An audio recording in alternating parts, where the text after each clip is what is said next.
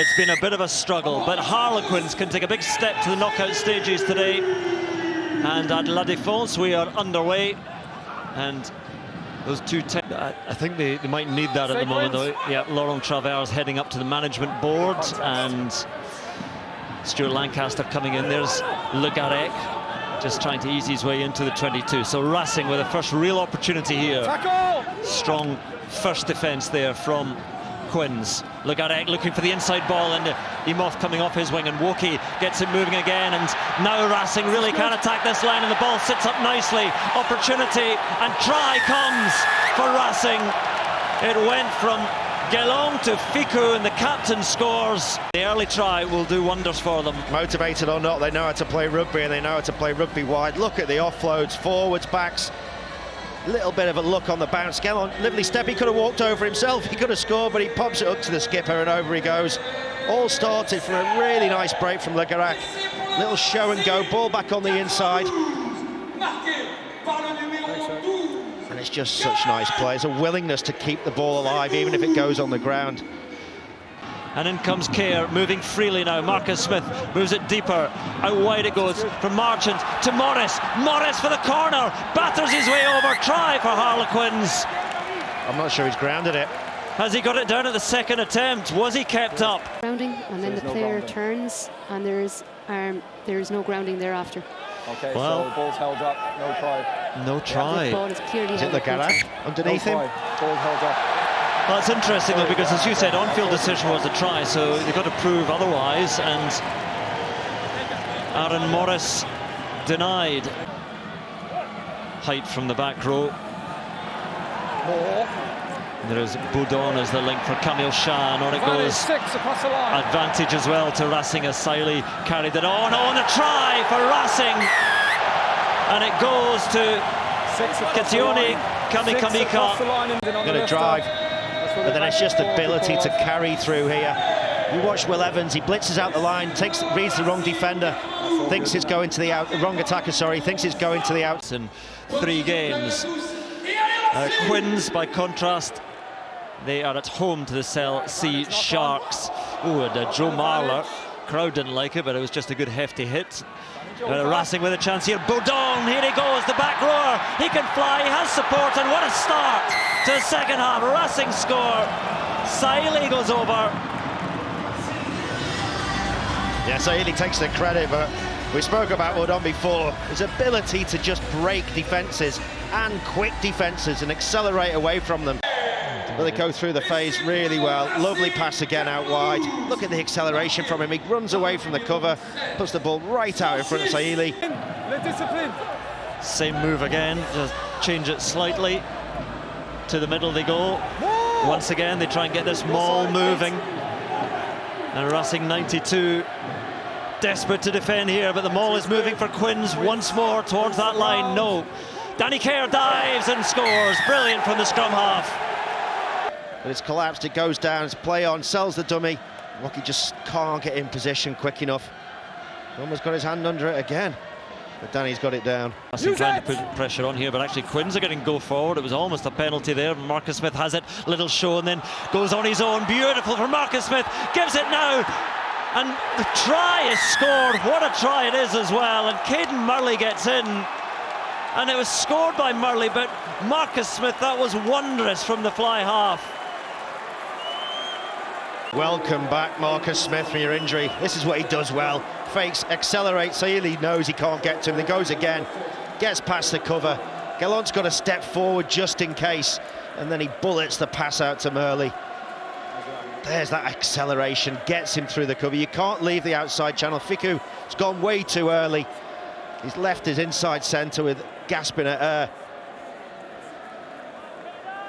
Just smuggles it on to Danny Kerr. That's perfect as well, just outside the 22. Oh, he's hit it in the air. So Aaron Morris is in trouble. Yeah, I mean, it's Alpha Fanua, first of all. I hope he's okay, and I think he is, but... It's clearly tackled him in the air. Yeah, I agree. He lands on his side, it's just a... Oh, he's given him a yellow for that. Well... Clearly tackled him in the air. No attempt to complete for the ball. on the shoulder of the carrier, and Quinn's moving forward well, but then the spill. And now this is dangerous as a Racing 92 come forward in a wave of white. Great carry, out wide it goes, just a check, the hands are there to Taufifenua now, and Donovan Taufifenua skipping from side to side, and Quinn suddenly scrambling that defence again. Le Garec goes in to move it, Russell floats it over the top, Saili can't quite get to it, Fiku is there, but all the way back, the challenge comes in and the ball is hacked forward. So this is a red card for Shat if they come back and look at it. Well, Dombrandt went down not dramatically, but they might have a look at it, and suddenly the game breaks up once more. Oh, lovely pickup by Baudon, and keeps that alive for Taufifenua again. Pressure coming in on Kamika, but Racing, it slows down, and they try to come again. 14 men of Quinn's defending here as Fiku comes forward. There's a Racing man down injured though, as Saili charging on, tries to get that pass away. Danny Kerr almost intercepts now. Has he gone high? Here's Le Garec going down, but still with Racing, muscling to the line. Camille Shah was in there, the ball is loose, and who's the penalty gone to here? Against Dombrandt, but off the ball. He's going to the bin here, is he? And he is. Rocket formed over the top. Yellow card. Formed over the top. And I also want to check Nine's tackle. Nine's hitting Nine's a lot to check, but... Well, Morris is off for another 4 minutes and a bit. Dombrandt is off now for Quins as well. The tackle on 9, They're going to have a look at Danny Kerr's challenge on Le Garec. I mean, this is high, but is it anything more than... No, it's just a seatbelt. It's a seatbelt. They've got to check the Camille Shat tackle on Dombrandt. Thank you. He hit him off the ball with a shoulder in the head. No, not for me. Here? I'm amazed Dombrandt hasn't got up and just requested him to check it. He's on the way down anyway. Time off, still. He's on the way down, Le Garec, so I think happy with Andrew the Brace is penalty going only to for let the that one tackle. go. Just It's on the way down. penalty, Yellow no card, more 8 than in the bin that. for killing the ball. But well, Keeps the ball alive to Murley. and they play quickly, Quins, and the ball is there for them. What an effort this is by the 14 men. Can't quite get it there. Kerr spins it out, Marchant flings it wide, real chance now, Murley for the try. Well, what an effort this is by Harlequins, by the 14 men, conversion to come to draw level. And it is only the travelling supporters who cheer inside La Défense.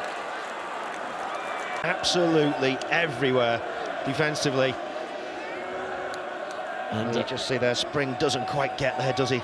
no, Murley can finish. Kerr landing just inside the top. Spilled by Russell, knock on, and opportunity here for Quins. Oh, just takes his eye off it. He knows it, doesn't he? Shot for that. There's a Racing player in behind there.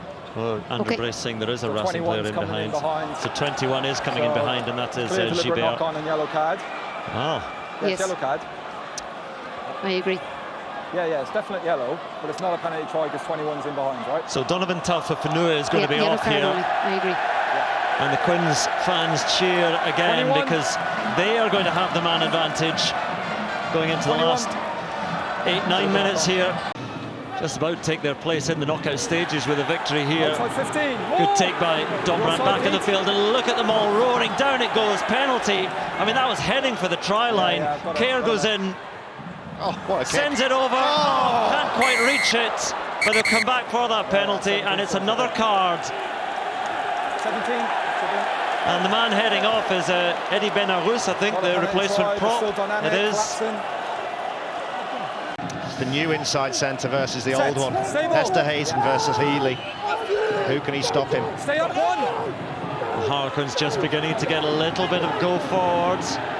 Racing do enough though to halt it, use it now. Dombrandt flicks it to Kerr, looks for, no, it was looking for Marchant. No. That's deliberate. He can't catch it. Has to be. His right hand's out all the way, stops the ball getting into Marchant's hands. It's arguably a penalty try. He's 2 metres out. I think they are going to have a... And it's the only decision that could have been made, and it doesn't matter that they already have 2 yellow cards in the stage of the game. Finn Russell goes off. He's played beautifully at times today, but goes to the bin, penalty try, 7 points immediately, and Harlequins into the lead here at La Défense. Can you see any way back at all for Racing, because they're 3 men down, they're suddenly trailing, and Harlequins, well, once again the restart, just not quite there, Harlequins, and a penalty. Come away from the tackle. To level things up, to take the lead rather, excuse me, Mass. Oh my goodness me.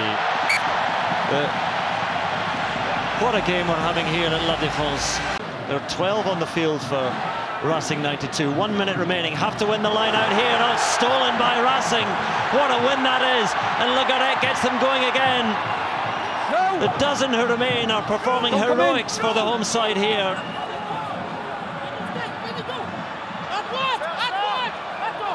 Into the final minutes. Restez debout. Carried on by Last feet, push. Narasia. In goes Le Garrec, just pointing the way. They'll look to do these short carries through the forwards, see out the clock, and the game is slipping away from Harlequins. Astonishing performance here, astonishing final few minutes at La Défense, just trundling in, pockets of 3 forwards. Zarzewski waits with the rest of the Racing staff and supporters who have come to life again. Off your feet. 7. The clock ticking down, and Racing haven't had many victories to celebrate of late. The clock is red, off it goes, and they can celebrate now.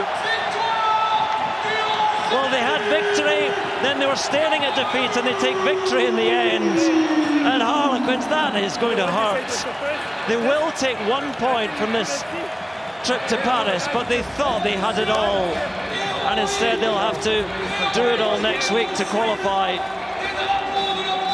What a game, and the bloodied face of Joe Marler carries a bit of shock as well, because that was there for them. And I think at that restart, when they had taken the lead with a penalty try, when they were 3 men up, they just didn't imagine, and the Quinn supporters didn't imagine, that it could end like this. No, it's a remarkable win for Racing 92. But one thing that last 10 minutes of that game showed to me was that Quins are a brilliant attacking side, and that moreover Tony Spreadbury has got a huge job.